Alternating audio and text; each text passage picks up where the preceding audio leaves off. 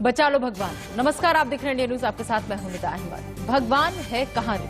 जिस तरह से देश में कोरोना के मामले दिन दुगने रात चौगने तरीके से बढ़ रहे हैं, तो दूसरी तरफ मौत के आंकड़ों ने सारे रिकॉर्ड ध्वस्त कर दिए हैं। इंसान परेशान है और महामारी भारी है। पिछले 24 घंटे में देश में कोरोना के 3,44,949 नए मरीज मिल चुके हैं, तो वहीं 2,620 लोगों की संक्रमण से मौत हो चुकी है। वहीं दिल्ली की बात करें तो दिल्ली समेत कई राज्यों में सांसों पर संकट गहराता जा रहा है।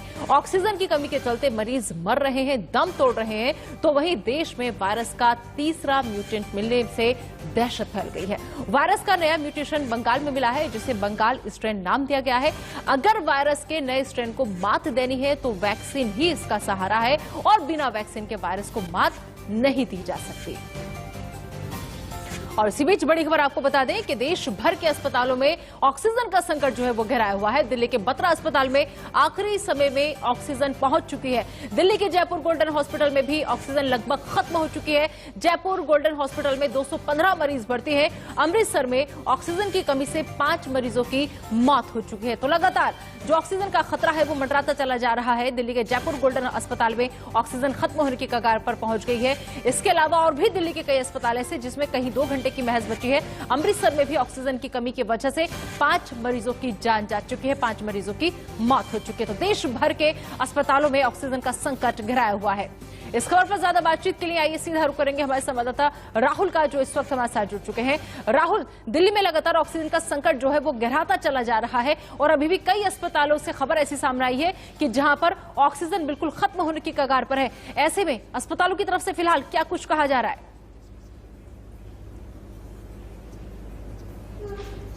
अस्पताल इस वक्त इतने लाचार और इतने बेबस हैं कि उनको कोर्ट का दरवाजा खटखटाना पड़ रहा है कि उनको जो ऑक्सीजन है, मेडिकल ऑक्सीजन है, उसकी आपूर्ति कराई जा सके। देखिए, इस बात में कोई दो राय नहीं है कि जो भारत की राजधानी है दिल्ली, वो इस वक्त सांसों के लिए जद्दोजहद कर रही है। मैं आपको बता दूं, अब सारी की सारी जो उम्मीदें हैं वो इंडियन रेलवे और इंडियन एयरफोर्स पर हैं, जो कि देश भर में जो प्लांट है वहां से ऑक्सीजन को लेकर दिल्ली की तरफ आ रहे हैं। दिल्ली में इतना जाने कितने हॉस्पिटल्स हैं जहां से हम कवर कर रहे हैं, रिपोर्ट लगातार कर रहे हैं, जहां पर ऑक्सीजन या तो घंटे 2 घंटे की बची है, या फिर जो ऑक्सीजन ना होने की वजह से पेशेंटों को वापस भेज रहे हैं। कई अस्पतालों ने छुट्टी कर दी है मरीजों की, ये कह के कि उनके पास अब ऑक्सीजन नहीं है, आप अपने मरीज को किसी और अस्पताल में लेके चले जाइए। अभी जब हम बात कर रहे हैं, ठीक उसी समय सिंगापुर से भारत जो Indian air force Bharat high quality के कंटेनर्स लेकर आ रही है, ऑक्सीजन टैंकर्स लेकर आ रही है, जिनसे फिर दोबारा से आपूर्ति की जाएगी। देखिए, एक बात आपको समझनी होगी कि जो ऑक्सीजन का जो बेड है और जो वेंटिलेटर है, उसकी दिल्ली के अंदर बहुत ज्यादा कमी है। एक बेड के लिए 100 150 लोग जो हैं वो लाइन में लगे हुए हैं। कल कई लोग 3 4 दिनों से अलग अलग अस्पतालों के धक्के खा रहे हैं। दिल्ली सरकार ने साफ कहा है कि जो दिल्ली की जो आपूर्ति है उसको बढ़ाया जाए, क्योंकि इस वक्त दिल्ली देश की सबसे ज्यादा ग्रसित राज्य है, आप कह सकती हैं, या फिर राजधानी है। 24,000 केस आए हैं कल दिल्ली के अंदर 24 घंटे के अंदर, और जो आंकड़ा है वो 348 का है मौतों का। तो आप ये अंदाजा लगा सकती है कि दिल्ली के अंदर हालात कितने खराब हो चुके हैं, और स्थिति जो है राहुल, इन हालातों को देखते हुए और जो तमाम अंदाजे हम लोग लगा रहे हैं, इन हालातों को देखते हुए सबसे बड़ा सवाल ये खड़ा होता है कि हम इस सिचुएशन के लिए तैयार क्यों नहीं थे। हमें पिछले 1-1.5 साल से पता था कि हमारा देश कौन सी बीमारी से जूझ रहा है। इस 1 साल में हमने क्या कर लिया जो आज भी आकर के हम वहीं खड़े हैं कि अस्पताल में ना बेड से, अस्पताल में ना ऑक्सीजन मिल रही है, और लोग आज भी तड़प तड़प कर दम तोड़ रहे हैं। कौन है इन मौतों का जिम्मेदार? कौन लेगा इसकी जिम्मेदारी? देखिए, अगर आप ये सवाल किसी राज्य सरकार की किसी व्यक्ति से पूछेंगी तो वो केंद्र सरकार के ऊपर बात डाल देगा। आप किसी केंद्र सरकार के किसी प्रतिनिधि से पूछेंगी तो वो राज्य सरकार के ऊपर डाल देगा। पूरी तरीके राजनीति हो रही है। अब बीजेपी कांग्रेस, आम आदमी बीजेपी साफ तौर पे एक दूसरे के ऊपर ये जिम्मेदारी डालने की कोशिश कर रहे हैं और अपना पल्ला झाड़ने की कोशिश कर रहे हैं। लेकिन जो आपने सवाल उठाया वो बिल्कुल वाजिब है कि आखिर 1 साल से जो राज्य हैं और जो केंद्र है, उन दोनों में समन्वय क्यों नहीं था। आप ये जानती हैं कि दिल्ली के अंदर केस लगातार आ रहे थे, देश के अंदर केस लगातार आ रहे थे, हालांकि उनकी जो नंबर से वो कम थे, लेकिन महामारी कहीं गई नहीं थी, वो भारत के अंदर मौजूद थी। लेकिन उस समय पर सब कुछ चीजें बरसूर चलती रही, राजनीति चलती रही, सरकारें गिरती रही, बनती रही, चुनाव होते रहे, नए लोग आते रहे, लेकिन लोगों की जो स्वास्थ्य सेवाएं थी उन पर किसी ने भी ध्यान नहीं दिया, और जिसका खामियाजा आज एक आम इंसान को भुगतना पड़ रहा है, जिसको ना तो ऑक्सीजन मिल पा रही है, ना दवाई मिल पा रही है, ना वेंटिलेटर मिल पा रहा है। अब तो ये हाल हो गया है दिल्ली के अंदर कि दिल्ली में टेस्ट नहीं हो पा रहे हैं। अगर टेस्ट हो गया, अगर आपने किसी को जानती हैं, कोई फोन करके आपने टेस्ट करा लिया, तो आपकी रिपोर्ट नहीं आएगी 6 दिनों तक। तो ये हालात है दिल्ली के अंदर। दिल्ली के अंदर मैं अगर कहूं तो सब कुछ भगवान भरोसे चल रहा है। अभी तो किसी को ये नहीं पता है कि इसलिए बिल्कुल राहुल, इसलिए हम भी कह रहे हैं कि भगवान है कहाँ रे तू, भगवान बचा लो। इसलिए हम भी कह रहे हैं क्योंकि सब कुछ अब भगवान के भरोसे है। राहुल, आप हमारे साथ बने रहिए। एक तरफ देश में कोरोना दिन ब दिन भयावह होता जा रहा है, तो दूसरी तरफ उत्तर प्रदेश के बुलंदशहर से एक ऐसी तस्वीर सामने आई है जो रूह को झकझोर कर रख देगी। ये वीडियो वायरल हो रहा है जिसमें एक बुजुर्ग सड़क पर बेसुध पड़ा है, उसके मुंह से झाग निकल रहा है, लेकिन कोरोना के खौफ के चलते अस्पताल से ले जाना तो दूर, किसी ने उसे छुआ तक नहीं, कोई उसके पास गया तक नहीं। वायरल वीडियो में नजर आ रहे बुजुर्ग डायबिटीज के मरीज बताए जा रहे हैं, और वीडियो सिकंदराबाद के नवीन अस्पताल के पास का बताया जा रहा है। तो हालात देखिए कितने भयावह हो गए हैं कि अगर कोई कोविड पेशेंट है भी नहीं, पता भी नहीं है कि उसको कोरोना है या नहीं, लेकिन इस कंडीशन में भी लोग एक दूसरे को छूने से बच रहे हैं, लोग एक दूसरे के पास जाने से बच रहे हैं, क्योंकि खतरा इतना बड़ा है। हर किसी को लगता है कि कहीं ये कोविड की वजह से बीमार ना हो। तो बेहद भयावह ये तस्वीरें कि एक बुजुर्ग सड़क पर तड़पता रहा, लेकिन उसको कोई भी सहारा देने वाला वहां पर नहीं था। भाइयों, ये आदमी सुबह से सिकंदराबाद नवीन हॉस्पिटल के सामने पड़ा है। जिस किसी का भी हो, आओ और लेके चले जाओ भैया, पहचान कर लो, इसकी सांस चल रही है, जिंदा है वैसे अभी। ये सुबह से पड़ा है यहाँ पे। भैया सब अपने अपने ग्रुप में शेयर करके जो भी हो इसे पहचानो, इस आदमी को, और इसे इसके घर वालों को तक ये खबर पहुंचाओ। तो आपने देखी कि क्या हालात है, कोई भी छूना नहीं चाह रहा है, कोई उसे देखना नहीं चाह रहा, कोई अस्पताल पहुंचाना नहीं चाह रहा है। लेकिन इस बीच में कि एक नया शौक अजीब सा हो गया कि कुछ भी, अगर कहीं आप हादसा देखो, किसी को आप बीमार देखो, रोड एक्सीडेंट देखो, तो लोग वीडियो पहले बनाना मुनासिब समझते, ना कि उसको वक्त में मदद देना। सबकी जिम्मेदारी होनी चाहिए। अगर ऐसा कोई भी लोग या कोई भी पेशेंट आपको ऐसा सड़क पर मिलता है, तो सबसे पहले कोशिश कीजिए कि आप उसकी मदद करें, ना कि आप वीडियो बनाने में बिजी हो जाए। क्योंकि हो सकता है जितनी देर में आप वीडियो बनाएंगे, इतनी देर में अगर आप उसे अस्पताल पहुंचा दें तो उसकी मुश्किल आप दूर कर पाए। तो ये हालात है देश के इस वक्त। डॉक्टर्स का पैनल हमारे साथ लगातार मौजूद है, उनका भी हम रुख करेंगे। हमारे रिपोर्टर्स भी जगह जगह मौजूद हैं, उनसे भी हम पूरे तमाम हालात का जायजा लेंगे। लेकिन उससे पहले हम आपको बता दें, कुछ ग्राफिक्स हमने तैयार किए हैं कि आखिर कोरोना का ये खतरनाक ट्रिपल म्यूटेंट जो है, ये स्ट्रेन कितना खतरनाक है। दरअसल पश्चिम बंगाल में कोरोना संक्रमण फैलाने वाला ट्रिपल म्यूटेंट वायरस जो है वो पाया गया है। ये वही पश्चिम बंगाल है जहां पर नेताओं ने जमकर रैलियां की है चुनावी सत्ता काबिज करने के लिए, और इसे कोरोना वायरस का बंगाल स्ट्रेन कहा जा रहा है। जिस वक्त रैलियां हो रही थी उस वक्त सब इससे बेफिक्र नजर आ रहे थे, और ये वायरस के तमाम पुराने स्ट्रेन से ज्यादा तेजी से फैलता है और संक्रमित व्यक्ति को ज्यादा तेजी से बीमार करता है। इस वायरस के कुछ सैंपल दिल्ली और महाराष्ट्र में भी मिले हैं। तो पुराने स्ट्रेन से ज्यादा खतरनाक है ये नया वाला स्ट्रेन कोरोना का, लिहाजा बहुत एहतियात की जरूरत है और समझना है वक्त की नजाकत को, समझना है इस वक्त हो रही देश में किल्लत को, समझना है इस वक्त हो रहे भयावह हालातों को। इससे भी बड़ी बात ये, चलिए अब आपने ये समझा, लेकिन अब हम आपको ये बता दें कि एक हफ्ते में निगेटिव करने वाली दवा, दरअसल जाइडस की विराफिन दवा को मंजूरी मिल गई है। विराफिन दवा को जब डीजीसीआई की मंजूरी मिली, इस दवा से कोरोना से लड़ने में मदद मिलेगी, ये दावा किया जा रहा है। विराफिन दवा के नतीजे ट्रायल्स में शानदार रहे हैं, जो अभी तक ट्रायल्स हुए उनमें नतीजे बेहद शानदार रहे। जाइडस का दावा है कि इसके इस्तेमाल के बाद 7 दिन में, महज 7 दिन में 91.1% कोरोना मरीजों का RT-PCR टेस्ट निगेटिव आया है। और साथ ही साथ कंपनी का यह भी दावा है कि अगर कोरोना होने के शुरुआती दिनों में विराफिन दी जाती है तो मरीज को कोरोना से उबरने में मदद मिलेगी और उसे कम तकलीफ होगी। ये दवा सिर्फ डॉक्टर की सलाह के बाद ही किसी मरीज को दी जाएगी, इसे अस्पताल में उपलब्ध करवाया जाएगा, ये दावा किया जा रहा है। जाइडस का ये दावा है सिर्फ डॉक्टर्स की सलाह के बाद ही मरीज को ये दवा दी जाएगी।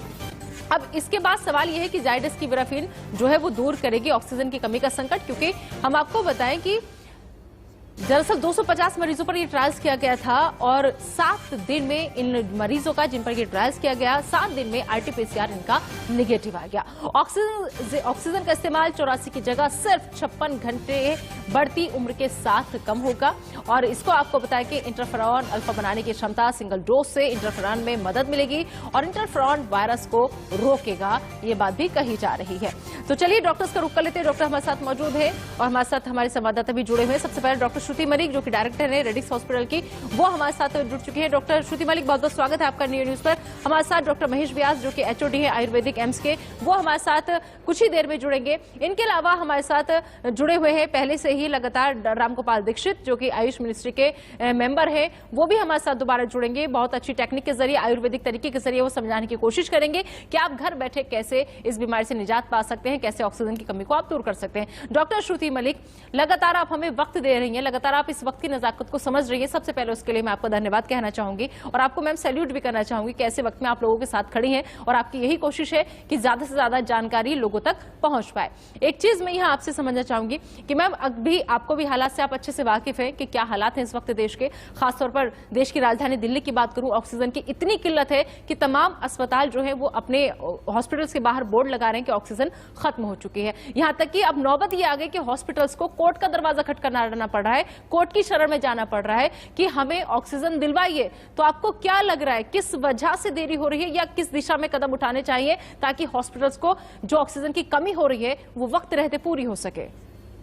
देखिए, सबसे पहले मैं आपको ये बताऊंगी कि बहुत अच्छा आपने इस समय मुद्दा उठाया है और हमें ऑक्सीजन इस समय हमारी नीड ऑफ द आवर हो गई है। हम लोगों ने जो भी प्लानिंग करी, जहाँ पे हमारा जो एक गैप आया है वो इस मामले में आया है कि जो भी हमारी प्लानिंग हुई है वो हम लोगों ने इस 3x वेव को जो है वो हम फोरकास्ट ही नहीं कर पाए थे कि इतना ज्यादा हो जाएगा और वहां पे हमारे पास ये इस समय सिर्फ स्टॉप गैप अरेंजमेंट्स हुए हैं।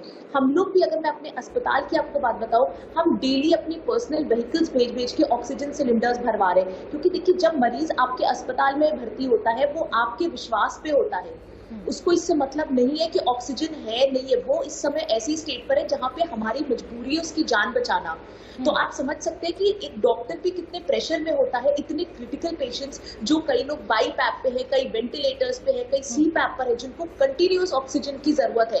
तो मेरे को लगता है जितनी भी चीजें अभी हो रही है वो इमीडिएट बेसिस पे नहीं हो रही है। आने वाले टाइम में हो सकता है जैसे कि 162 PSA प्लांट्स लगाए गए हैं, इंडस्ट्रियल ऑक्सीजन को रोक के हॉस्पिटल्स को दिया जा रहा है, स्टील और ऑयल फैक्ट्रीज से जो आ रही है बातें कि वो लोग भी ऑक्सीजन जो है वो हॉस्पिटल को सप्लाई करेंगे। बट आई थिंक अभी जो हमारे आने वाले 3-4 दिन है और जो पिछले के 3-4 दिन थे वो बड़े क्रिटिकल टाइम है जिस समय हमें इमीडिएट ऑक्सीजन के लिए जो है वो प्लानिंग करनी चाहिए थी सो दैट हमारे पेशेंट्स का इफेक्ट। देखिए डॉक्टर का फोकस इस समय जिस तरीके के मरीज आ रहे हैं उनका फोकस सिर्फ और सिर्फ ये होना चाहिए कि हम प्रॉपर तरीके से पेशेंट में कहीं कोई हमसे गलती ना हो जाए ट्रीटमेंट देने में। तो हम कहाँ से इस समय ये फोकस कर सकते हैं कि ऑक्सीजन आ रही है कि नहीं, ये तो ऑब्वियसली बैकएंड का काम है और आई थिंक सरकार को इस समय अपना फुट डाउन करके पूरा फोकस और पूरी टास्क फोर्स लगा देनी चाहिए कि जहां से हो सके सारे हॉस्पिटल, देखिए ये एक हॉस्पिटल की बात नहीं है, ये दिल्ली के सारे अस्पतालों में प्रॉब्लम आ रही है, महाराष्ट्र के कई अस्पतालों में प्रॉब्लम आ रही है। तो इस समय हम लोगों को सीरियसली इस बीमारी को ये समझ के कि ये इस समय जानलेवा हो सकती है।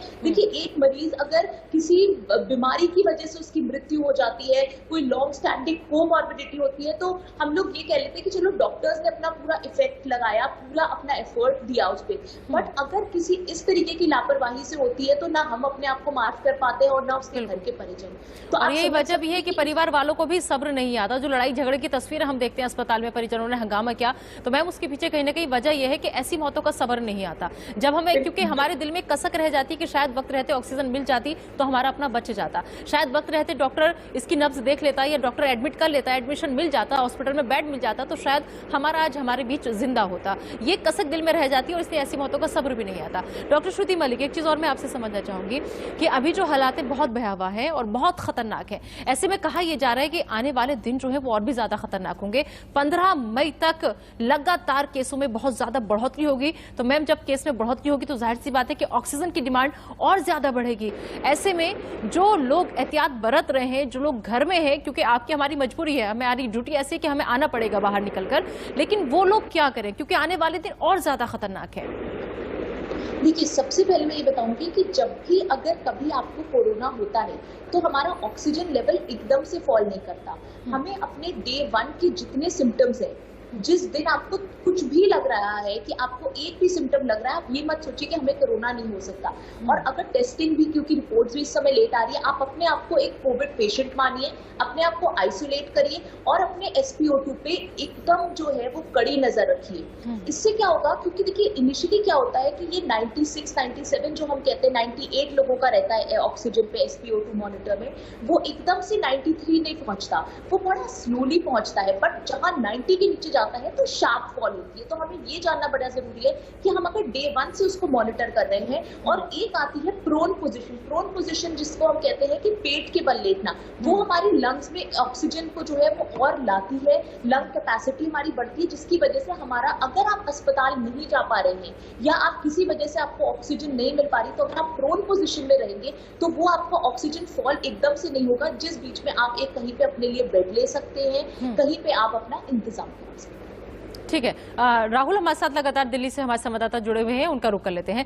राहुल, जिस तरीके से हमने देखा कि लगातार ऑक्सीजन की कमी को लेकर अरविंद केजरीवाल साहब भी मीडिया के सामने आ रहे हैं, बैठकें हो रही, कल प्रधानमंत्री नरेंद्र मोदी ने भी बड़ा मंथन किया इस सारी किल्लत को लेकर के। खुद सुप्रीम कोर्ट की अगर हम बात करें तो वो सख्त निर्देश दे चुका है, जवाब मांग चुका है, केंद्र सरकार से भी जमकर फटकार लगा चुका है। लेकिन इस बीच कल एक चीज और हमने ये देखी कि कल अहम सुनवाई होनी थी सुप्रीम कोर्ट में, उसको टाल दिया जाता है 4 दिन के लिए कि अब मंगल को सुनवाई होगी। राहुल, नहीं लगता कि ऐसे वक्त में कल सुनवाई होनी बहुत जरूरी थी, या फिर 4 दिन तक हम लोगों को मरते रहने दें, या फिर हम 4 दिन तक कोई बेफिक्र हो जाए कि हालात ऐसे हैं कि आराम से इस पर सुनवाई हो सकती है? नहीं लगता कि सर अगर सुप्रीम कोर्ट ने कोई संज्ञान लिया था, सख्ती दिखाई थी, तो उस पर वो वैसे ही काबिज रहता और वैसे ही कल सरकार से फिर से सवाल जवाब होते, तो शायद सरकारें जागती और इस दिशा में कुछ कदम उठाती? क्योंकि सिर्फ मीटिंग्स होती भी हमें दिख रही है, लोगों की बैठक होती भी हमें दिख रही है, प्रेस कॉन्फ्रेंस होती हमें दिख रही है, लेकिन सही दिशा में कोई भी कदम किसी भी सरकार का हमें नजर नहीं आ रहा। और यही वजह है कि हर दिन हालात और ज्यादा भयावह होते जा रहे हैं।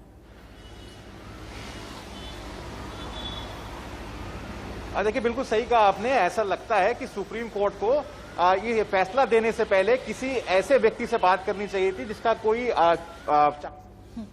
राहुल, आप बने रहिए, इस वक्त बड़ी खबर आ रही है दिल्ली के जयपुर गोल्डन अस्पताल से, बेहद दर्दनाक खबर। ऑक्सीजन की कमी से 20 मरीजों की मौत हो गई है। ये लीजिए आंकड़ों, मौत के आंकड़ों में और इजाफा होता हुआ, क्योंकि आज फिर से 20 लोगों ने ऑक्सीजन की कमी की वजह से दम तोड़ दिया है। जयपुर का गोल्डन अस्पताल, यहाँ के MD ने ये जानकारी साझा की है दिल्ली के जयपुर गोल्डन अस्पताल से। बेहद दर्दनाक खबर। आपको बता दें कि अभी कुछ देर पहले ही हम खबर दिखा रहे थे जयपुर गोल्डन अस्पताल की कि वहां पर ऑक्सीजन की बहुत ज्यादा किल्लत है, महज आधे घंटे की ऑक्सीजन वहां पर बची हुई थी। तो दिल्ली का ये जयपुर गोल्डन हॉस्पिटल, जहां पर आपको बता दें कि अस्पताल को 7 घंटे की देरी से ऑक्सीजन मिली, ऐसी बात कही जा रही है। राहुल हमारे साथ लगातार जुड़े हैं। राहुल, दिल्ली के जयपुर गोल्डन अस्पताल से बेहद दर्दनाक खबर, आज फिर से 20 लोगों की जान जा चुकी है सिर्फ और सिर्फ ऑक्सीजन की कमी से। देखिए, आज सुबह तकरीबन 8 बजे जो ऑफिस ये जो अस्पताल है, इसके डॉक्टरों ने ये अलग अलग सोशल मीडिया प्लेटफॉर्म्स पे ये मुनादी की थी कि उनके यहाँ पे ऑक्सीजन खत्म हो चुकी है। और अब ये खबर आ रही है, जो वहाँ पर परिजन मौजूद हैं अस्पताल के बाहर, उनका साफ तौर पे कहना है कि कल रात को ऑक्सीजन सप्लाई ना होने की वजह से 20 मरीज दम तोड़ चुके हैं। ये पहला वाकया नहीं है, इससे पहले भी हमने देखा कि नासिक के अंदर, महाराष्ट्र के अंदर जो है वहां पर मौतें हुई। और एक तरफ तो दिल्ली के अंदर और महाराष्ट्र के अंदर मौतें हो रही हैं अस्पताल के अंदर क्योंकि ऑक्सीजन नहीं है, और एक तरफ सुप्रीम कोर्ट कहता है कि इसको अगले हफ्ते सुनेंगे। मैं आपको बता दूं, ये ऐसी जो खबरें हैं ये और अस्पतालों से भी आ सकती हैं, क्योंकि और अस्पतालों में भी आधे घंटे, 1 घंटा, 40 मिनट, 1.5 घंटा इतनी ही ऑक्सीजन बची हुई है। हम ये बहुत सारी जो वीडियोस तो देख रहे हैं कि अलग अलग जगहों से जो है वो टैंकर्स आ रहे हैं, अलग अलग जगहों से ऑक्सीजन एक्सप्रेस चल रही है रेलवे की, बाहर देश से ऑक्सीजन आ रही है, लेकिन वो अस्पताल के मरीज के बेड तक कितनी देर में पहुंचती है, ये सबसे बड़ा सवाल है। 20 मरीजों का मर जाना कोई छोटी बात नहीं है। अगर किसी और देश में हो गया होता तो शायद वहां की सरकार गिर गई होती, लेकिन क्योंकि देश के अंदर आप जानती हैं कि किस तरीके के हालात हैं, ना सिर्फ दिल्ली के अलावा जो अलग अलग शहर है, उत्तर प्रदेश के अंदर भी कोई बहुत अच्छे हालात नहीं है, मध्य प्रदेश, गुजरात, महाराष्ट्र, ये सारे के सारे जो स्टेट्स हैं, 11 जो स्टेट्स हैं वो सबसे ज्यादा ग्रसित स्टेट्स हैं, जहां से 73% मामले सामने आ रहे हैं। उन स्टेट्स की आप हालत आप इस तरीके से समझिए कि जो एक बेड एक वेंटिलेटर के लिए वहां पर मारामारी हो रही है, एक इंजेक्शन रेमडेसिविर का उसके लिए झगड़े हो रहे हैं। बाकायदा पोस्टर लग गए हैं केमिस्टों की दुकान के बाहर कि हमारे पास ये इंजेक्शन मौजूद नहीं है। जहां तक बात रही ऑक्सीजन की, जयपुर गोल्डन अस्पताल की, ये एक क्रिमिनल नेग्लिजेंस का मामला बनता है। जाहिर है कहीं किसी ना किसी ने कोताही बरती, कहीं ना कहीं चूक हुई प्रशासन के लेवल पर, अस्पताल के लेवल पर, जिसकी वजह से 20 लोग मर गए। इन 20 लोगों को किसी कोविड-19 के महामारी ने नहीं मारा है। इन 20 लोगों को आप ये मान के चलिए कि ऑक्सीजन ना मिल पाने की इनकी वजह से जान गई है, और जिसकी वजह से ये जो परिजन है अब ये मांग कर रहे हैं कि कार्रवाई की जाए उन लोगों के खिलाफ जिनकी वजह से ये स्थिति यहां तक पहुंची है। बिल्कुल ठीक है। राहुल बता रहे हैं दिल्ली का हाल, कि दिल्ली में कैसे ऑक्सीजन की कमी की वजह से लगातार लोगों की जान जा रही है। मुंबई आपको लिए चलते हैं। मुंबई से प्रीति सोमपुरा हमारे साथ जुड़ चुके हैं। प्रीति, दिल्ली का हाल बहुत भयावह, बहुत खतरनाक। अभी भी एक अस्पताल में ऑक्सीजन की कमी की वजह से 20 लोगों की जान जा चुकी है। फिलहाल मुंबई के क्या हालात? देखिए, मुंबई और महाराष्ट्र की बात करें तो फिलहाल जो है दिल्ली जैसी स्थिति यहाँ पर नहीं है। जो ऑक्सीजन की किल्लत जो है 5 दिन पहले महसूस हुई थी, वो अब जो है स्थिति सामान्य हो रही है, क्योंकि कल रात को ही जो है ऑक्सीजन एक्सप्रेस जो ट्रेन जो नागपुर पहुंची है उसमें 3 ऑक्सीजन के टैंकर पहुंचे हैं। साथ में ही जो है आज दोपहर को और भी टैंकर जो है नासिक में पहुंच जाएंगे। यानी कि पूरे महाराष्ट्र में जो ऑक्सीजन की किल्लत है वो धीरे धीरे खत्म होती आ रही है। वो राहत की खबर है। लेकिन अगर बात करें महाराष्ट्र की, तो महाराष्ट्र के जो आंकड़े हैं वो काफी डराने वाले हैं। 68,000 जितने केस जो है कल रजिस्टर्ड हुए हैं। अगर बात करें चंद्रपुर, यवतमाल, वर्धा, जालना, परभनी, औरंगाबाद, जलगांव, नासिक, यहाँ की स्थिति जो है काफी नाजुक बनी हुई है। मुंबई में हालात जो है धीरे धीरे सुधर रहे हैं, लेकिन जो कोरोना जो है वो अब फर्स्ट टायर सिटी से लेकर जो है अब 2 टायर और 3 टायर सिटी जो है वहां फैल रहा है। और वहां जो है पूरी तरीके से जो है हेल्थ इंफ्रास्ट्रक्चर जो है पूरी तरीके से चरमराया गया है, क्योंकि वहां पर जो है अस्पतालों में बेड्स अवेलेबल नहीं है। एक ही बेड्स के ऊपर जो है करीब 2 से 3 मरीजों का इलाज चल रहा है। तो महाराष्ट्र के ग्रामीण इलाकों में जो है कोविड जो है फैलता जा रहा है, उसके लिए जो स्थिति वहां की है काफी भयावह है। मुंबई की बात करें तो मुंबई में जो कोविड की जो स्थिति थी वो सामान्य होती जा रही है, क्योंकि जिस तरीके से बीएमसी ने फरमान जारी करके कह दिया है कि जो एसिम्प्टोमेटिक जो मरीज है जो अस्पताल में है उनका इलाज अब घर में ही होगा। और इसके लिए जो है बीएमसी ने डॉक्टरों की टीम बना दी है जो इन मरीजों के घर पे जाएगी और उनका ट्रीटमेंट करेगी। तो यानी कि अभी तक अस्पताल में जो एसिम्प्टोमेटिक पेशेंट जो थे उन सभी लोगों को जो है डिस्चार्ज कर दिया जाएगा और उनका इलाज जो है उनकी सोसाइटी में किया जाएगा। अगर मुंबई की बात करें तो मुंबई की स्थिति जो है अब धीरे धीरे सामान्य होती जा रही है, क्योंकि अब तक जो है कोरोना के जो केसेस 11,000 से 12,000 तक पहुंच गए थे वो धीरे धीरे कम होकर 6,500 7,000 तक पहुंच गए हैं। यानी कि कोरोना का जो प्रहर जो था मुंबई में वो धीरे धीरे कम दिख रहा है। लेकिन महाराष्ट्र की बात करें तो महाराष्ट्र में स्थिति अभी भी भयावह है, क्योंकि अस्पताल में जगह नहीं है। हालांकि ऑक्सीजन की किल्लत जो है फिलहाल नहीं है, लेकिन अस्पताल में जगह ना होने के कारण जो है कई सारे मरीजों की जान भी जा रही है। ठीक है प्रीति, आप बने रहिए हमारे साथ। राहुल भी हमारे साथ बने हुए, डॉक्टर श्रुति मलिक हमारे साथ बनी हुई है, और अब हमारे साथ जुड़ चुके हैं रामगोपाल दीक्षित सर, जो कि आयुष मिनिस्ट्री के मेंबर भी हैं, और बहुत अच्छे तरीके से वो आयुर्वेदिक तरीके से आपको बताएंगे कि आप कैसे ऑक्सीजन की अगर कमी आपको महसूस हो रही है तो आप घर रहते उसे कैसे दूर कर सकते हैं। रामगोपाल दीक्षित सर। जी बिल्कुल, मैंने दोबारा से वो सारी टिप्स मैंने पहले आपके साथ शेयर करी थी। एसिम्प्टोमेटिक्स या जिनको इनिशियली जिनका ऑक्सीजन लेवल अभी 90 से नीचे नहीं गया है, अगर 95 है, 94 है, 92 है, इन सब के ऑक्सीजन को बढ़ाया जा सकता है। दोबारा से वो मैं सारी टिप्स आपके साथ शेयर कर रहा हूँ बहुत इफेक्टिव तरीके से। दोबारा आप अपने साथियों को दिखाइए। आइए, ये देखिए, सबसे पहला बहुत सरल है, मास्क लगा करके किसी भी अपने घर के मेंबर को ये जो स्टर्नम है ये वाला पॉइंट अपना सभी चेक करें, गड्ढा ये वाला गड्ढा, यहाँ पर अपने अंगूठे से प्रेशर देंगे तो दर्द होगा। इसको केवल 5 बार ऐसा गोल घुमाएं, हल्का प्रेशर दें। सेम टाइम ये वाली हथेली से इसी के पीछे रीढ़ पर ऐसे धीरे से मसाज करें, केवल एक ये मसाज करें और यहाँ हल्का सा दबाएं, फिर मसाज करें, यहाँ दबाएं, फिर मसाज करें। मात्र ये 5 से 6 सेकंड का प्रयोग है, तुरंत सांस को रिलीज करेगा। दूसरा प्रयोग आपको फिर दिखा रहा हूं, सबको दिखा रहा हूं। ये वो है जो 90 से अधिक ऑक्सीजन, जो 90 से नीचे नहीं है तो इसको करिए, तुरंत ऑक्सीजन बढ़ेगी। ये शोल्डर ब्लेड, ये शोल्डर ब्लेड पर यहां से 12 बार उल्टा लिटा लीजिए, उल्टा लिटा करके बेड पर उल्टा लिटा के दीजिए। 1 2 3 4 5 6 7 8 9 10 11 12 लंग्स में ब्लड सप्लाई को बढ़ा रहा है ये।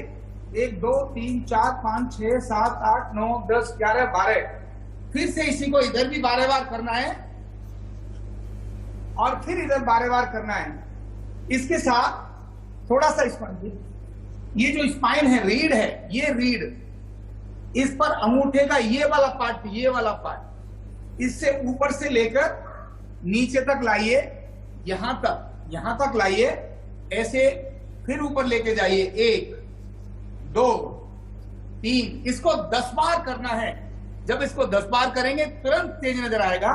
इसके बाद कुछ फ्रंट की चीजें हैं जो बैठिए, नाक के पास करनी है। ये वैदिक पॉइंट है, बहुत प्रभावी पॉइंट है जिनको मैं आपको दिखा रहा हूं और नजदीक से आपको दिखाऊंगा। नाक के साथ ये वाला पॉइंट जहां हल्का गड्ढा है, चेक करेंगे। इसको जैसे दबाएंगे इसको साइनस खुल जाती है एकदम, नंबर 1।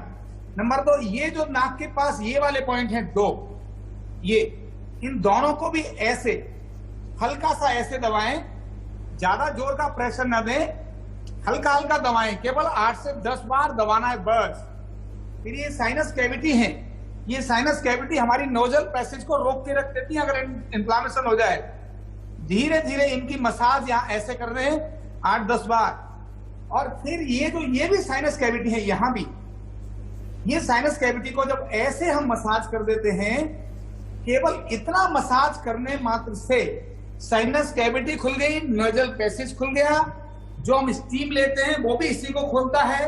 और जब हम यहां हमने स्टर्नम पर एक प्रेशर दिया, इससे जो सफोकेशन होती है, इससे जो ऐसा चेस्ट कंजेशन होती है, घबराहट होती है, अगर व्यक्ति को तुरंत दें तो मात्र 8 से 10 सेकंड के अंदर व्यक्ति वाव शब्द प्रयोग करने वाला बन जाता है। ये मैं गारंटी 100% नहीं बोल रहा हूं, लेकिन हाँ 95% लोग तुरंत उस समय कहते हैं। ऐसा मेरा पुराना अनुभव है। सावधानी इसमें ये बरतनी है कि जब आपने ये लिया, ये प्रयोग किया, इस प्रयोग के बाद आधा कप अगर आपको गर्म पानी मिल जाए जिसके अंदर तुलसी, इलायची, दालचीनी और उसके अंदर ऐसी जो आजकल है, जैसे आपने अदरक डाल दिया या सौंठ डाल दी, उसको उबाल करके डाल दें। और अगर शुगर नहीं है तो आधा चम्मच उसमें शहद मिलाएं उतारने के बाद और उसको फिर पी लें। क्या आपकी ऑक्सीजन लेवल बढ़ जाएगा। मैं यहाँ आरोग्य पीठ दिल्ली वृंदावन में हूँ। यहाँ ऐसे लोग जो मेरे यहाँ रहते थे जिनको लगता था सफोकेशन है, ऐसे मेरे अनेक सारे मित्र जिनको तकलीफ हो रही है, मैं जब ये सजेस्ट कर रहा हूँ, वो सब अपने घर में ही सुरक्षित महसूस कर रहे हैं। उन्हें लाइन में लगने की जरूरत नहीं है, क्योंकि 90 से ऊपर अगर ऑक्सीजन है तो हॉस्पिटल में जाने की जरूरत नहीं, यही बचा लेगा। हाँ, अगर आपकी 80 आती है, उससे कम आती है, लेकिन कितने 90% लोग एसिम्प्टोमेटिक हैं लेकिन लाइन लगाए पड़े हैं। जिस तरह से जैसे नमक और प्याज और टमाटर के लिए रेट बढ़ते ना, तुरंत लोग 400 रुपए किलो नमक खरीदने के लिए तैयार हो जाते हैं, पता नहीं स्टोर कर लेते हैं। अरे भाई, अभी ऑक्सीजन घर में ही कर लो। ये जो मैंने आपके माध्यम से बता रहा हूँ, इसको प्रयोग करो। इस प्रयोग से ही बच जाओगे, लाइन लगाने की जरूरत नहीं है, घर में ही इलाज उम्मीद है कि आपने जो ये बताया ये लोगों को समझ में आया और लोग इसे फॉलो करें और उनको फायदा पहुंचे। आप सभी लोग हमारे साथ बने रहिए। फिलहाल एक नजर डाल लेते हैं इस वक्त की हेडलाइंस पर। बड़ी खबर के सह प्रायोजक हैं पेट सफा आयुर्वेदिक चूर्ण। पेट सफा तो हर रोग दफा।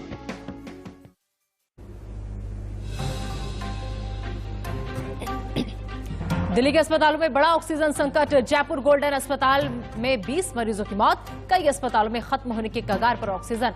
बत्रा अस्पताल में आखिरी वक्त पर पहुंची सप्लाई।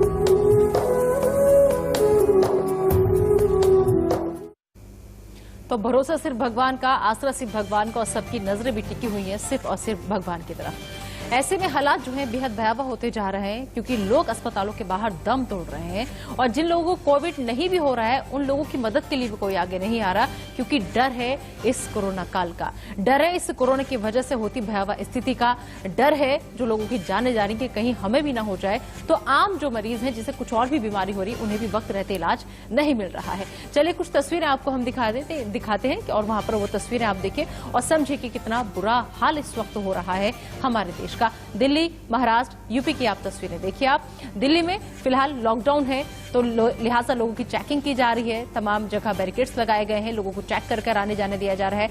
महाराष्ट्र में भी सड़कें सूनी पड़ी हैं, दूर दूर तक सन्नाटा नजर आ रहा है। वहीं उत्तर प्रदेश में भी 2 दिन का लॉकडाउन है। इधर मध्य प्रदेश के विदिशा मेडिकल कॉलेज में कोविड शव के साथ बड़ी लापरवाही सामने आई है।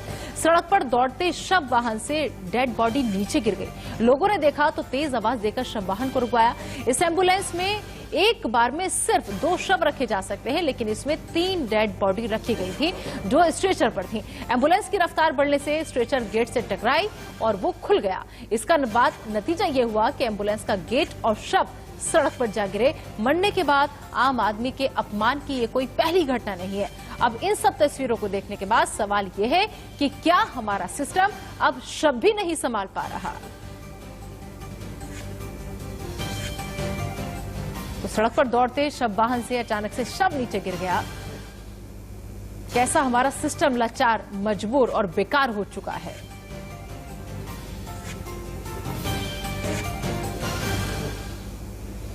तो इस वक्त जो देश के हालात हैं उसमें हम ये कहना ज्यादा मुनासिब समझेंगे कि कोविड से कम और ऑक्सीजन की कमी की वजह से लोगों की जान ज्यादा जा रही है, क्योंकि ऑक्सीजन की बहुत किल्लत है। देश की राजधानी दिल्ली में भी ऑक्सीजन की किल्लत का बुरा हाल है। अब ऐसे में ये समझना बेहद जरूरी है कि आखिर कैसे बनती है ऑक्सीजन। इसके लिए हमने कुछ ग्राफिक्स तैयार किए हैं, आइए उनके जरिए आपको हम समझाते हैं। ऑक्सीजन उत्पादन का वैज्ञानिक तरीका काफी जटिल है। आपको बताने की सरल शब्दों में अगर आप इसे समझें तो दबाव से हवा को लिक्विड ऑक्सीजन बनाया जाता है। दरअसल लिक्विड ऑक्सीजन रंग में नीला और बेहद ठंडा होता है। ये आप ध्यान दीजिए, जिसका तापमान 0 से 183 डिग्री सेल्सियस नीचे होता है। यानी ऑक्सीजन 183 डिग्री पर ही उबलकर गैस में बदल जाती है। तो कैसे बनती है ऑक्सीजन, ये आपको हमने समझाया। ऑक्सीजन का उत्पादन का वैज्ञानिक तरीका आपको हमने बताया। अब ऐसे में सवाल यह है कि रोजाना कितनी ऑक्सीजन की जरूरत होती है, ये भी आप समझिए। दरअसल किसी भी शख्स को सांस लेने के लिए हर मिनट 7 से 8 लीटर हवा की जरूरत होती है। यानी रोजाना करीब 11,000 लीटर हवा की जरूरत होती है एक इंसान को सांस लेने में। सांस के जरिए फेफड़ों में जाने वाली हवा में 20% ऑक्सीजन होती है, जबकि छोड़े जाने वाली सांस में 15% ऑक्सीजन रहती है। यानी सांस के जरिए भीतर जाने वाली हवा का जो मात्रा है वो 5% इस्तेमाल होता है। तो सांस के जरिए भीतर जाने वाली हवा का मात्रा जो है वो 5% इस्तेमाल होता है। तो फिलहाल और सारे मेहमान हमारे साथ लगातार मौजूद हैं। आइए एक बार फिर से मेहमानों का हम रुख कर लेते हैं। हमारे साथ डॉक्टर श्रुति मलिक जुड़ी हुई है, हमारे साथ डॉक्टर महेश व्यास जुड़े हुए हैं और हमारे साथ डॉक्टर रामगोपाल दीक्षित जुड़े हुए हैं। डॉक्टर महेश व्यास का हम रुख कर लेते हैं, एचओडी हैं आयुर्वेदिक एम्स के। डॉक्टर महेश व्यास, इस वक्त अस्पतालों की हालत से तो आप भी वाकिफ होंगे सर कि क्या कंडीशन है वहां पर, लेकिन सबसे बड़ा सवाल यह है कि ऑक्सीजन की जो किल्लत हो रही है देश के अंदर, उसने भयावह स्थिति बना दी है। बहुत से लोग ऐसे हैं जो कोविड की वजह से नहीं, सिर्फ और सिर्फ ऑक्सीजन उन्हें वक्त पर नहीं मिल रही, इस वजह से उनकी जान जा रही है। अभी दिल्ली के जयपुर हॉस्पिटल में भी 20 लोगों की ऑक्सीजन की कमी की वजह से मौत हो चुकी है। क्या कहेंगे सर एक डॉक्टर होने के नाते? देखिए, ऐसा है कि इस बार का जो कोरोना की कंडीशन है उसमें अधिकतम लोगों को ऑक्सीजन की दिक्कत आ रही है। जबकि पिछली बार जो था 100 में से 80% व्यक्ति ऐसे थे जिनको ऑक्सीजन की जरूरत ही नहीं लगती थी, मतलब उनका ऑक्सीजन लेवल जो है 95 के ऊपर रहता था। तो इस कंडीशन में सबसे ज्यादा तो हमको किसी प्रकार से भयभीत नहीं होना है। व्यक्ति अगर अपने आप को थोड़ा सा संभाल के रखे तो इस कंडीशन से हम बड़े अच्छे से संभल सकते हैं। और विशेष रूप से जहां जहां पर ऑक्सीजन अवेलेबल है जिन हॉस्पिटल में, और जिनका ऑक्सीजन लेवल 92 से कम आ चुका है, वो लोग हॉस्पिटल में जाएं और हॉस्पिटल में एडमिट होने के बाद में ऑक्सीजन आदि लें। उसके अलावा जो हमारे पास में जो घरेलू चीजें बता रखी है कि जिनको कोविड पॉजिटिव हुआ, RT-PCR उन्हें टेस्ट करवाए, टेस्ट करने पर जो पॉजिटिव आए तुरंत हॉस्पिटल की तरफ रुख नहीं करें, वो अगर घर पे रह करके और अगर ध्यान रखें, घर पे कुछ चीजों का पालन करें, चाहे गर्म पानी से। किन बातों का ध्यान रखना है, किस चीज का पालन करना है सर? जी, जैसे कि गर्म पानी का गरारे करना। इसमें सबसे पहले मुख्य बात होती है कि मुंह सूखता है, व्यक्ति का सरदर्द होता है, बदन होता है, फीवर टेम्परेचर थोड़ा बढ़ा हुआ रहता है। तो इन चीजों में देखने के लिए तो पानी बराबर पीते रहें, गर्म पानी में थोड़ी हल्दी या नमक डाल करके उसके गरारे करें। साथ ही आयुर्वेद बताता है कि जो गिलोय है, गिलोय का चूर्ण है, पात है, या उसका जो रस है जो है उसको हम सेवन कर सकते हैं। साथ ही अणु तेल का नस्य, अणु तेल बिल्कुल इजीली मेडिकल स्टोर पे अवेलेबल है, या फिर अपने घर में तिल का तेल हो या फिर कोकोनट ऑयल है या घी है, तो उसका नस्य अगर हम लेते रहें तो वो भी एक प्रोटेक्टिव का काम करता है, हमको इन्फेक्शन से बचाता है। और इस समय सबसे ज्यादा जो ध्यान रखने की बात है वो है मास्क का ध्यान रखना। मास्क को एक रस्म की तरह उपयोग नहीं करें। अभी तो यहाँ तक कहा गया कि डबल मास्क का उपयोग करें, इन्फेक्शन के चांस डबल ज्यादा मास्क की है। बात, हाँ। डबल मास्क का अगर उपयोग करें तो भी हम बहुत कुछ अपने आप को बचा सकते हैं। तो सबसे पहले तो मास्क, और दूसरा एक थोड़ा हैंड हाइजीन, हम थोड़ा सा बार बार हाथ अगर धोते रहें, जब भी बाहर आ गए किसी भी चीज को टच किया तो उसके बाद साबुन से बहुत अच्छे से हाथ धोएं। तो इन दो नियमों का अगर हम पालन कर लेते हैं तो काफी कुछ इन्फेक्शन को तो हम समाप्त कर सकते हैं। और उसके बाद कंडीशन आती है कि बाई चांस अगर पॉजिटिव हो गए तो उस कंडीशन में हमको इन सब चीजों का ध्यान रखना चाहिए जो घर पे है, चाहे तुलसी है, अदरक है, काली मिर्च है, दालचीनी है, इनका क्वाथ दिन में 2-3 बार बना करके पीते रहें। तो जो थ्रोट इन्फेक्शन है, जो गले में इन्फेक्शन होता है, उस इन्फेक्शन से हम अपने आप को बचा सकते हैं। तो दोनों ही इन्फेक्शन, एक तो नेजल इन्फेक्शन जो नाक के थ्रू इन्फेक्शन होना है तो उसमें नस्य का प्रयोग करें, और दिन में 2-3 बार अगर भाप लें, या तो सिंपल पानी से भाप ले लें या फिर उस पानी में थोड़ी अजवाइन डाल दें, और उस अजवाइन के पानी का अगर भाप लें तो हम इन्फेक्शन से बहुत कुछ अंश तक बच सकते हैं। ठीक है, बहुत अच्छी जानकारी आपने साझा की। डॉक्टर श्रुति मलिक, आपने सुना डॉक्टर महेश व्यास को, उन्होंने जिस तरीके से डबल मास्क का जिक्र यहाँ पर किया, तो मैं आपसे समझना चाहूंगी डबल मास्क जो है वो कितना कारगर साबित हो रहा है, और हमें डबल मास्क की जरूरत कहाँ कहाँ पड़ती है अब, क्योंकि अब कंडीशन ये हो चुकी है घर में भी मास्क लगाना पड़ रहा है। तो डबल मास्क सिर्फ सार्वजनिक जगहों पर हम लगाएं, भीड़ भाड़ वाले इलाके में लगाएं, या फिर अब जब भी हमें जरूरत है मास्क की, हमें सिर्फ और सिर्फ डबल मास्क का ही इस्तेमाल करना है? कब कब पहने और कब नहीं पहने? नीता जी, मैं ये बताऊंगी कि डबल की अच्छी स्टडी हुई थी और उसमें ये देखा गया था कि जहाँ पे अगर आप डबल मास्क पहनते हैं 70% जो पार्टिकल्स है वो अंदर नहीं घुस पाते। दैट मीन्स कि आप देख सकते हैं कितना प्रोटेक्टिव है डबल मास्क का, और इसीलिए बार बार इस पे जो है फोकस किया जाता है कि डबल मास्क पहनना चाहिए। जहां तक पहनने की बात है, पहली चीज मैं बताऊंगी कि एक तो हमें बाहर अभी हम लोग कोई भी नहीं निकल रहा है, बट मजबूरन में जो अपना डेली वेजेस के लिए लोग निकल रहे हैं, या जो एक ही फैमिली मेंबर है जो अपनी फैमिली अर्न करने के लिए निकल रहा है, या किसी एसेंशियल काम के लिए निकल रहा है, तो बाहर निकलते समय तो डबल मास्क पहनना बहुत इंपॉर्टेंट है। क्योंकि अभी क्या है, हमारे बीच में जो ये लैंसेट की स्टडी आई थी वो ये कहती है कि इस समय एयरबॉर्न वायरस है, इतना ज्यादा वायरस फैल चुका है हमारे बीच में कि हमें नहीं पता कि हमको किस तरीके से वो अफेक्ट करेगा। तो अगर आप घर पर है तो आप सिंगल मास्क भी पहन सकते हैं, क्योंकि ऑब्वियसली आपके परिजन है आसपास, वो पॉजिटिव नहीं होंगे। वेल वेंटिलेटेड हाउसेस हैं सबके, आप इस समय हर आदमी अपने घर में जो है हाइजीन सैनिटाइजेशन बहुत ध्यान रख रहा है। तो घर में मैं ये बोलूंगी अगर एक मास्क पहने तो बहुत अच्छा है, क्योंकि हो सकता है आपके आसपास के परिजन कौन एसिम्प्टोमेटिक कैरियर हो जाए वायरस का, आपको नहीं पता इस समय। बट अगर आप बाहर निकल रहे हैं, या आप ऐसी किसी सार्वजनिक जगह पर जा रहे हैं, या आप अस्पताल में काम करते हैं, आप एयरपोर्ट पे काम करते हैं, आप ऐसी जगह पे काम कर रहे हैं, या जो मेट्रो के लिए निकल रहे हैं, या जो डॉक्टर्स हैं, सबको डबल मास्क पहनना बहुत जरूरी है, क्योंकि वो 77% जो है वो पार्टिकल्स घुसने से रुकता है और हमें प्रोटेक्शन प्रोवाइड करता है। ठीक है, अब हम रामगोपाल दीक्षित का रुख कर लेते हैं। रामगोपाल सर, आपने इतने अच्छे तरीके से तमाम वो एक्सरसाइज बताई कि कैसे घर पर रहकर आप चंद मिनटों में ही अपने जो ऑक्सीजन की कमी आपको महसूस हो रही है उससे आप निजात पा सकते हैं। ऐसे में चाहूंगी क्या आप कुछ भोजन से रिलेटेड भी कुछ बताएं, कुछ डाइट के बारे में कुछ बताएं कि घर पर रहकर कौन कौन सी चीजें हम खाएं, या कौन सी ऐसी चीजें हैं जो हमें ज्यादा फायदा करेंगी अगर हम उन्हें अभी ज्यादा खाएंगे तो? मैं आपको डाइट का बताने से पहले एक चीज और बताऊंगा जी, क्योंकि आजकल जो बुखार आ रहा है वो बहुत ज्यादा बुखार आ रहा है, 3 और 4 तक जा रहा है, और बहुत बार कई दिनों तक वो मेडिसिन से उतर नहीं रहा है। उसके लिए मैं घरेलू एक छोटा टिप जरूर बता रहा हूँ। अब पहले व्यक्ति जिसको बुखार आ रहा है वो अपने को चेक करे कि आखिर उसको जो पर्टिकुलर एरिया है वहां हल्की दर्द या इन्फ्लेमेशन है कि नहीं। जैसे टॉन्सिल्स, जब भी इन्फेक्शन होता है तो टॉन्सिल्स हमारे डॉचबाग हैं, वॉचडॉग हैं, यहाँ पर चेक करें इनको। ऐसे ही हमारे आर्मपिट पर या लिम्फोसाइट्स होते हैं, इनको भी चेक करें। अगर यहाँ कहीं भी दर्द है किसी भी तरफ तब समझ लो आपको बुखार का इलाज मिल गया। अगर यहाँ दर्द है तो बस हल्की सी वहां मसाज करिए, जहां दर्द है वहां मसाज करिए, या आम पेट है तो वहां पर मसाज करिए। दिन में 2 बार 4 बार 10 बार मसाज करिए। ये बुखार जो आपको आ रहा है वो आपका बुखार आपको धीरे धीरे छोड़ के चला जाएगा, जो मेडिसिन से भी नहीं उतर रहा। माना 1 2 3 और मतलब बुखार उतरता है तो 1 से नीचे नहीं जाता। नंबर 1 तो था ये मैंने मसाज की बात बोली। नंबर 2, लोग नॉर्मली इस कंडीशन में सिर पर पट्टी रखते हैं। अब क्योंकि रेस्पिरेटरी डिसऑर्डर्स वाला ये वायरस है, इसीलिए पट्टी कभी कभी भारी पड़ जाती है, जुकाम बिगाड़ देती है, साइनस को इफेक्ट कर देती है। ऐसे में दूसरा तरीका क्या है?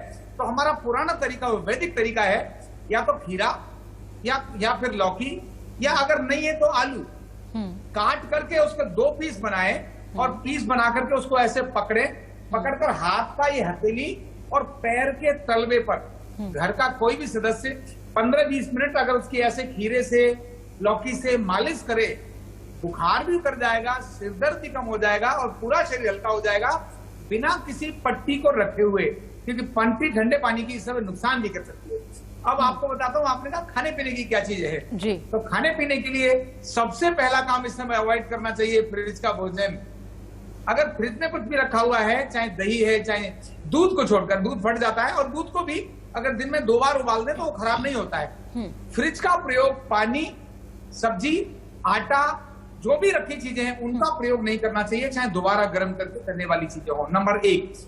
नंबर 2, इस समय पर दोपहर के बाद मतलब दही बिल्कुल भी प्रयोग नहीं करना चाहिए। शाम के समय पर आइसक्रीम लेने की जो आदत है, फ्रिज में नहीं है, बाहर से आइसक्रीम मंगा ली, गर्मी का मौसम है तो व्यक्ति की आदत है ना, कोल्ड ड्रिंक्स, इनका बिल्कुल अवॉइड करना चाहिए। और साथ ही साथ बासे हुए रखे हुए भोजन, सुबह का भोजन शाम को नहीं करना चाहिए, आपकी इम्यूनिटी को डाउन करता है, आपको वायरस कैच करने का काम कराता है। तो क्या करना चाहिए? अरे ताजा भोजन बनाओ, अभी बनाया 2 चपाती, थोड़ी सब्जी, थोड़ी बना लो, लेकिन उसको बार बार बना के खाओ, रखा हुआ भोजन मत करो। नंबर 1, खाना खाने के बाद आधा कप गर्म पानी जरूर पियो। जो भी वायरल का इन्फेक्शन हुआ है, वायरस का इन्फेक्शन हुआ है, वो तुरंत ठीक हो जाता है, सिंपल, डाइजेस्ट भी करता है। और सलाद, फल, सब्जियों की मात्रा पर्याप्त मात्रा में लो और शुद्धता और स्वच्छता बनाए रखो। पानी पर्याप्त पियो, ठंडा पानी न होकर कोसा पानी या नॉर्मल पानी। ठीक है, बहुत बहुत शुक्रिया आपका डॉक्टर श्रुति मलिक, डॉक्टर महेश व्यास और रामगोपाल दीक्षित सर, कि आप लोगों ने कीमती वक्त दिया इंडियन न्यूज को और इतनी अच्छी जानकारी साझा की। बहुत बहुत शुक्रिया आप मेहमानों का हमारे साथ जुड़ने के लिए। हमारे साथ रिपोर्टर भी हमारे साथ जगह जगह से जुड़े हुए थे। आप दोनों का भी बहुत बहुत शुक्रिया, राहुल और प्रीति। तो फिलहाल हमारी कोशिश यही है कि अगर आप डॉक्टर्स के पास नहीं जा पा रहे हैं तो हम खुद आपके लिए इस मंच पर इंडिया न्यूज के माध्यम से डॉक्टर्स को लेकर आते हैं। उनसे आपके जरिए सवाल जो आप हमें भेजते हैं हमारे फेसबुक पेज पर, हमारे ट्वीट करते हैं, वो हम सवालों के जवाब उनसे जानने की कोशिश करते हैं, ताकि आप घर बैठे अपनी उन समस्याओं का समाधान पा सकें जो आप अस्पताल जाने से बचने की वजह से पूछना चाहते हैं। फिलहाल इस कार्यक्रम में अभी के लिए इतना ही। आप दीजिए इजाजत, लेकिन बने रहिए इंडिया न्यूज के साथ।